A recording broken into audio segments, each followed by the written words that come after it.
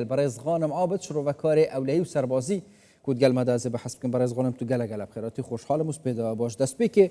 یعنی از سر آخفتنا بیچک کرنه پیتویه کو بینه بیچک کرن ما بس تاوید چیه اول داخازیه که یا جوکی هرشه که نه الحکومت السودانی هاتی نکرن گریدای گروه پنچک داره نزیک ایرانه. نعم صباح النور بالي بياني تام باش بياني باش هموان بالي اما شتێکی نوێنییە کە ئەمریکا داوا دەکات پێشتر کاتێک سوودانی سەرۆکۆسیرانی کردە دەست ئەمە داواکاری لە ئەمریکا پێشکەش کرا و داوای لێکرا کە چەک بکرێن ئەم گروپە چەکدارانە هەروەکو چۆن چەندین زار داوای لێکراوە تا ئەم دۆخە گەیشتە ئێستا واتە ئەم پەیوەندی تەلەفۆنیە لەگەڵ ئێستادا زۆر گرنگە ئێمە باسی حکوومەتی سوودانی دەکەین کە 20 ڕۆژ ماوە بۆ هەڵبژاردنەکانی داهاتوو بۆیە پێدەچێت حکوومەتەکە درێژ نەکرێتەوە لەگەڵ هەمووەماندا گەنجینەی ئەمریکا چەندین سزای بەسەر لایەنەکانی سەپاند کە نوێنەریان هەیە لە ئەنجومەن نوێنەراندا لەگەڵ هەموو ئەمانەدا کە لە ناو وەزارەتەکانیشان نوێنەران هەیە ئەگەر بچین بۆرە هەڵبژاردن ئایا ئەنجامەکانی هەڵبژاردن دانی پێدانرێت یاخود گەنجینەی ئەمریکا ئایا هیچ ئەرێنیەکەی یاخود گەنجینەی ئەمریکا هیچ سزایشی دیکە بەرەولایانی سیاسی دیکە دانامەزرێنێت یاخود هیچ سزای دیکە نادات بۆیە هەموو ئەمانە پێمان دەڵێت لەگەڵ ئەمریکا کە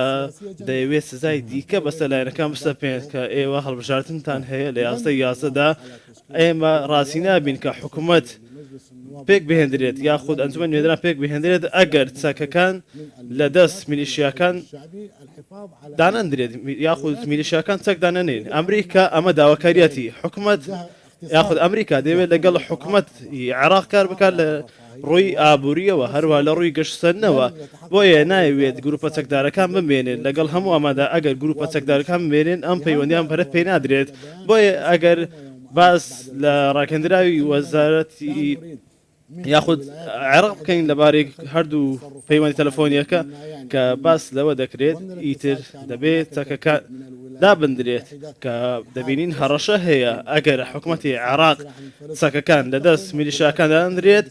ئەمریکا هێرش دەکات واتە ئەگەری هەیە ئەمریکا هەڕەشە هێرش بکاتە سەر ئەم گروپە چەکدارانە بۆیە دۆخەکە زۆر ناهەموارە من وای بۆ دەچم کە بەپێی ڕای من چوار وەزارەتی عێراق وەزارەتی ناوخۆ ئەگەر نتوانن بچنە ناو زۆرف و سەخر چۆن نتوانن چەک لە دەستی گروپە چەکدارەکان دابنێت ڕەنگەت وی دەمیدا حتا بەریە هەڵبژاردنانژی گروپên چەکدار بێنە ئارمانجکردن ژالی ئەمریکای ئەگەر ڕووساو من پێم وایە بەر لە هەڵبژاردن دەکرێت هێرش بکرێت سەریان هەروەها دەکرێت سزای گەنجینەی ئەمریکا بەسەر لایەنە سیاسیەکان بسەپێندرێت چونکە دەیبینین بەشێک لە لایەنەکان دەکرێت نەچنە ناو هەڵبژاردنەوە بەهۆی سزاکانەوە من دوێنێ باسمەوە کرد چوارچێوەی هەمانجی تاوتۆی ئەوە دەکات کە هەڵبژاردن دوا بخات بۆ ساڵی داهاتوو بەڵام لە ناو چوارچێوە هەمانجیدا کە نووری مالکی و بەشێک لە لایەنەکان ئەو گروپە چەکدارانەی کە هەیە ئەو لایەنە سیاسیان گروپە چەکدار هەیە دەڵێن ئەگەر ئێمە هەڵبژاردن دوا بخەین سیستەمی سیاسی لە عێراقدا کۆتایی پێدێت بە تەواوی کۆتایی پێدێت بۆیە سیستەمی سیاسی لە عێراق نامێنێت بۆیە لەگەڵ ئەمەدان هەڵبژاردن ئەنجام بدرێت لەگەڵ ئەمەدا تأجیلکردن یعنی گیروکردنا هەڵبژاردنە زێدەتر پێشیە یانجی نە ئەنجامدانا هەڵبژاردنەش بەر ئارمانجکردنا گروپên چەکدار یانجی سزایên خەزینە ئەمریکای بۆ سەر هەندێک ئالیە و گروپاتنەوە عێراقیدا کیشک زێدەترە بەڕای من هەڵبژاردن دوا دەخرێت چونکە زۆرێک لە لایەنەکانی چوارچێوەی هەمانجی لەگەڵ ئەوەدان کە هەڵبژاردن دوا بەخرێت و لەگەڵ ئەوەدان کە ئەگەر هەڵبژاردن ئەنجام درێت سزاکانی گەنجینەی ئەمریکا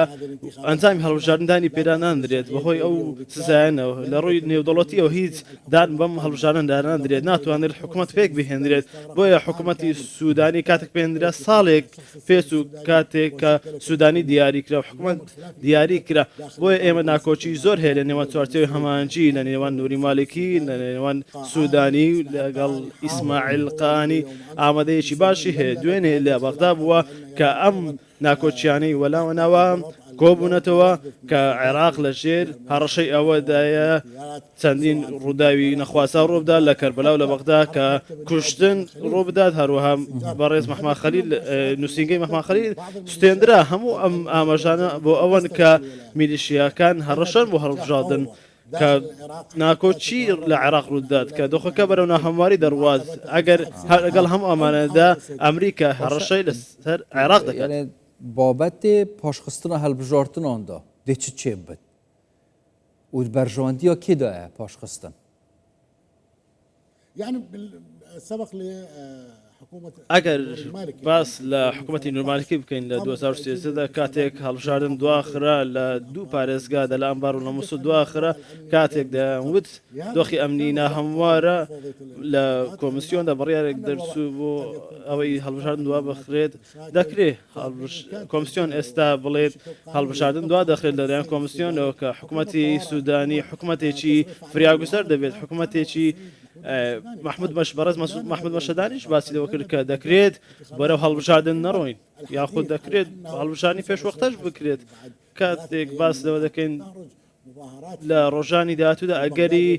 خۆپێشاندن گەورەشەیە کە پەرەبسێنێت بۆ چەندی پارێزگای دیکە هەموو ئەمە گەرانە لە عێراقدا لە بەردکراوەیە دەکرێت چەندین سیناریۆ لە بەردەماندایە ئەگەری هەیە سزای زیاتر بەسەر لایەنەکان بسەپێنرێت ئەمریکا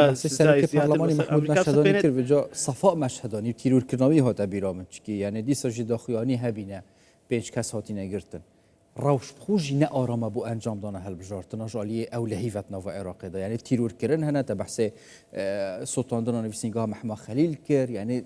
ناوچەیەکی بۆ ناوچەیەکە دی ڕەوش خراپترە لە مەبەستە من ناوەڕاست و باشووری عێراقی. يعني هذه مقدمة. أولا عدد المعتقلين وصل إلى 9. وەکو دەزانن 9 کەس دەستگیر کراون لە 8 عشایرەکان دەستگیر کراون کە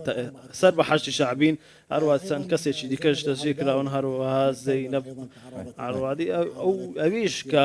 هەوڵی تیرۆرکردنی درا ئەمە من وای بۆ دەستم کە دەستپێش خەریەکە یاخود دەستپێکەکە بۆ ئەوەی فیتنە لە عێراقدا ڕووبدا لە نێوان سونە و شیعە ڕووبدات ئەمە ئەو لایەنانە سوود وەردەگرن لەوەی کە کێشە هەبێت لە عێراقدا کێشەی مەزهەبی هەبێت لە عێراقدا ئەمانە بەشێک لە لەو لایەنانەی کە سەر بە ئێران ئەوانە سوود لەم دۆخە وەردەگرن کە ناکۆچی لە نێوان شیعە و سونە هەبێت لەگەڵ ئەوەدانی شیعە و شیعە ناکۆچی هەبێت بەڵکو لەگەڵ ئەوەدان شیعە و سونە ناکۆچی هەبی ئەوانە سوود لەو ناکۆچانە وەردەگرن بۆیە دەیانەوێت فیتنەی مەزهەبی هەبێت لەگەڵ ئەوەدان فیتنەی مەزهەبی ڕووبدات بینە شیعە و شیعە خراپتر لێنێت و نەئینە ئارمانجکردن و نەئینە چەکدانانکردن ژالی ئەمریکای و بەرگارێکی جا ئەم بەحسا بەتاڵی فیلمی بکەین ئیران دێ چ بکە تشتێکی و سۆچێنەوە چکە بە هەمی سەر بابەتە گروپێت نزیکی ئیرانینە. نعم يعني نعم إيران بەدڵنیایە بەڵێ ئەمریکا چەندی یاخود ئێران چەندین کارتی لەدەستدا لە سووریا و لە چەندین شوێنی دیکە لە لوبنانیشدا کارتی لەدەست نەما کارتی حوسیەکانی لەدەست نما لە یەمەندا بە شێوێکی گشتی ئێران پێویستی بە عێراقە لە ڕووی ئابووریەوە چونکە کاتێک تۆ ناوجەنجی 12 ڕۆژە لەگەڵ ئیسرائیلدا داوای کرد کە ئەم میلیشیانە تداخل نەکەن لەبارەی جەنگەکانیان بەڵام لەگەڵ هەموو پێشاتانە لەگە پەرستەندەکاندا هەر ئەگەرەکەیەکە بۆ دووبار ئەوەی جەنجی ئێران و ئیسرائیل دەست پێ بکاتەوە بۆیە ئێران داوا دەکات کە ئەم میلیشیانە لایەنی ئێرانی بگرن بەشداری لە شەڕەکە بکەن لەگەڵ هەموو ئەماندا ئیسماعیل قەئانی کاتێک دوێنێ لە بەغدا بۆ کۆبنەوەی ئەنجامداوە ئامانجی ئەوە بۆ ئەم کێشانە چارەسەر بکات ئەم کێشانەی نێوان چوارچێوە هەمانجی چارەسەر بکات کێشەی ناوماڵی شیعە چارەسەر بکات لەگەڵ ئێران لەگەڵ مالیکیدا لەگەڵ سوودانیدا نییە بۆیە کە دەبینین چەندین یاخود کاندید و بەربشێر لە ناوچە سونیەکاندا هەندکە نایەنەوێت بەڕێز سوودانی نەمێت بەڵکو لەگەڵ ئەوەدان کە بەڕێز سوودانی بمێنێت چونکە ئەوان لەگەڵ سوودانیدان چەندی کێشەی دیکە لە نێوان چارچێوەی هەمانجیدا هەیە نایەنەوێت کە ناوی دیکە بێتە ئاراوە بێتە ناوکایی سیاسیەوە لەگەڵ ئەوەدان سوودانی بمێتەوە لەگەڵ ئەوەدام لە ڕۆژانی داهاتوودا کێشەکان زۆر پەرە دەسێنێت هەروەها دەبینی سزای زۆر گەورەتر ڕوودەدات نەک تەنها بۆ سەرکردەکانی میلیشیاکان بەڵکو خەزێنەی ئەمریکا گەنجینەی ئەمریکا سیاسی عێراقیەکان دەکاتە ئەمان سزایان دەدات من لەگەڵ ئەوەدام سزای زۆر گەورە لە ڕۆژانی داهاتوودا بەسەر سیاسیەکانی عێراق دەسەپێندرێت کە لە نێوان پەرلەماندان یان لەناو حکوومەتی عێراقدان کە زۆر کاریگەری گەورەی دەبێت. خۆنم ئاوت شروع بەکاری ئەولەی و سەربازین گەلمەدەبوون خوشحال بوون گەلە بخێراتی.